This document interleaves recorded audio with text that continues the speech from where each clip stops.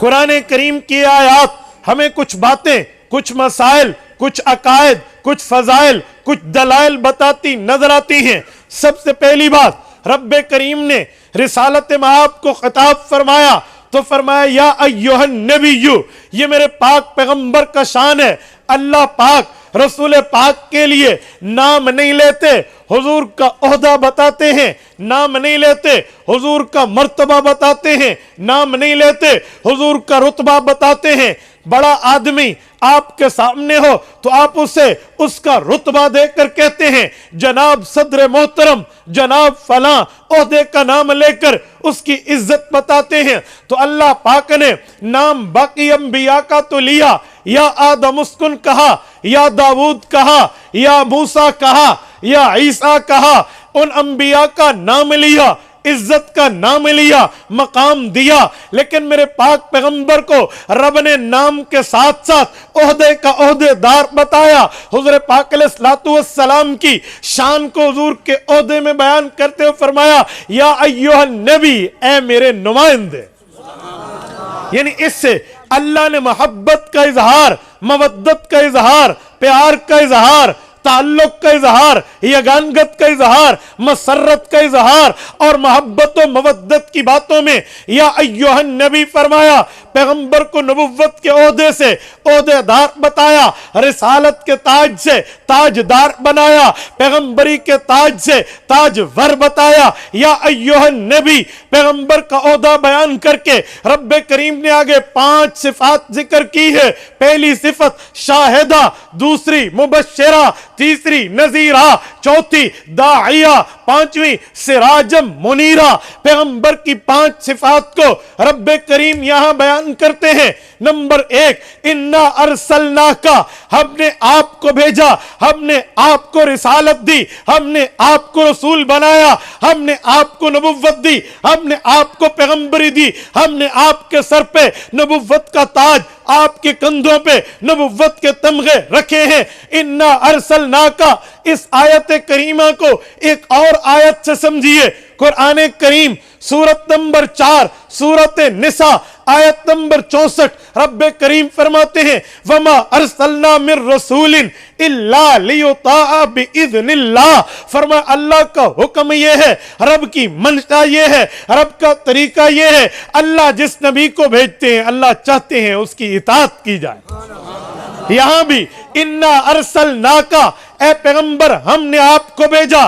آپ کو بھیجنے کا مطلب یعنی حضور پاک اللہ کے نمائندے ہیں، اور جو کسی چیز کی نمائندگی کرے، جو کسی چیز کو ریپریزنٹ کرے، جو کسی چیز کی نمائندگی کر کے کسی کو سمجھائے، اس کے لیے ضروری ہے جن کی نمائندگی کر رہا وہ ان کی بات کرے گا۔ ہمارے ملک میں باقی ملکوں کے نمائندے ہوتے ہیں جنہیں ایمبیسیڈر اور سفیر کہتے ہیں۔ جس ملک کا جو سفیر ہوتا ہے وہ اس سفیر اپنے ملک کی بات کرتا ہے، تو پیغمبر کریم اللہ کے نمائندے، پیغمبر کریم اللہ کی بات کرنے والے ہیں۔ فرمایا پیغمبر ہم نے آپ کو بھیجا 5 صفات دے کر۔ کون کون سی؟ نمبر 1 شاہدن، گواہ بنایا۔ نمبر 2 مبشرن، جنت کی خوشخبری دینے والا۔ نمبر 3 نذیرہ، جہنم سے ڈرانے والا۔ نمبر 4 وداعین الی اللہ، اللہ کی طرف بلانے والا۔ نمبر 5 وسراجم منیرہ۔ میرے دوستو توجہ رکھنا، پہلی بات فرمائی ہے رب کریم نے انا ارسلناک شاہدہ، ہم نے آپ کو گواہ بنا کر بھیجا۔ پیغمبر کریم جب تک دنیا میں موجود تھے، رسالت مآب صحابہ کرام کے امور کو دیکھتے، اہل بیت عظام کے معاملات کو دیکھتے، امت کی باتوں کے اوپر مطلع ہوتے، حضور گواہ تھے، ایک ایک چیز کو دیکھتے تھے۔ لیکن جب پیغمبر کریم رسالت مآب نے دنیا سے پردہ فرمایا، قبر مبارک میں تشریف لے گئے، رب نے قبر کو جنت کا باغ بنا کے وہاں حیات النبی کر دی، پیغمبر کو زندگی دے دی۔ پیغمبر کریم اپنی قبر مبارک میں زندہ، اب گواہی کیسے ہے؟ اب تو رسول اللہ اپنی قبر مبارک میں ہے، جب تک تھے حضور گواہ تھے، صحابہ پر اہل بیت پر, اپنے شاگردوں پر, اپنی جماعت پر اب دنیا سے چلے گئے, دنیا سے پردہ فرما گئے. اب گواہ کیسے ہیں میرے دوستو؟ یاد رکھنا, آیت سمجھ لائے, پیغمبر کی حدیث کو اٹھاؤ, آیت اور حدیث کو ملاؤ, مسئلہ حل ہو جائے گا. امام ابو الحسین بیہقی رحمہ اللہ نے سنن بیہقی میں, امام طبرانی نے معجم کے اندر, اور حضرت علامہ ظفر احمد عثمانی نے اعلاء السنن میں رحمہم اللہ یہ حدیث پاک نقل کی ہے. حضرت ابو ہریرہ فرماتے ہیں اللہ کے رسول نے فرمایا تعرض اعمال امتی علیہ, امت کے اعمال میرے اوپر پیش ہوتے ہیں. فما رأیت من خیر حمدت اللہ علیہ, فرشتے آ کر بتاتے ہیں آپ کی امت نے یہ خیر کا کام کیا, حمدت اللہ علیہ, میں اللہ کا شکر ادا کرتا ہوں. وما رأیت من شر استغفرت اللہ لکم, اور آ کر مجھے امت کے بدعمالیوں پر مطلع کرتے ہیں, میں امت کے لیے استغفار کرتا ہوں. قرآن کریم کی آیت سمجھ لائے, حدیث پاک سے ملاؤ, نہ سمجھ آئے اور آیات ڈھونڈو, تشریح مل جائے گی. 28واں پارہ آخری صفحہ رب کریم فرماتے ہیں, فرمایا فرشتے وہ ہیں لا یعصون اللہ ما امرہم ویفعلون ما یؤمرون, فرشتے اللہ کی بات کو مانتے ہیں, نافرمانی نہیں کرتے, جو رب کہتا ہے وہی کرتے ہیں. اب فرشتہ وہی کرتے ہیں, کیا مطلب بتایا جا رہا, فرشتہ غلط بیانی سے کام نہیں لیتا, جھوٹ نہیں بولتا, غلط کاری نہیں کرتا, باقی معاملات. یہ کیوں کہہ رہا ہوں؟ اس وجہ سے کہ لوگوں میں جھوٹ پھیلا ہوا ہے کہ دو فرشتے تھے, ایک کا نام ہاروت تھا, ایک کا نام ماروت تھا, آسمان سے نیچے آئے تھے, زہرہ بائی عورت کی شکل پسند آ گئی تھی, اس پر فدا ہو گئے تھے, اس کے حسن کی شربت دیدار کو پی لیا تھا, اس سے منہ کالا کر لیا, رب نے الٹا لٹکا لیا, جہنم کے نیچے دونوں لٹکے ہوئے ہیں, رو رہے ہیں.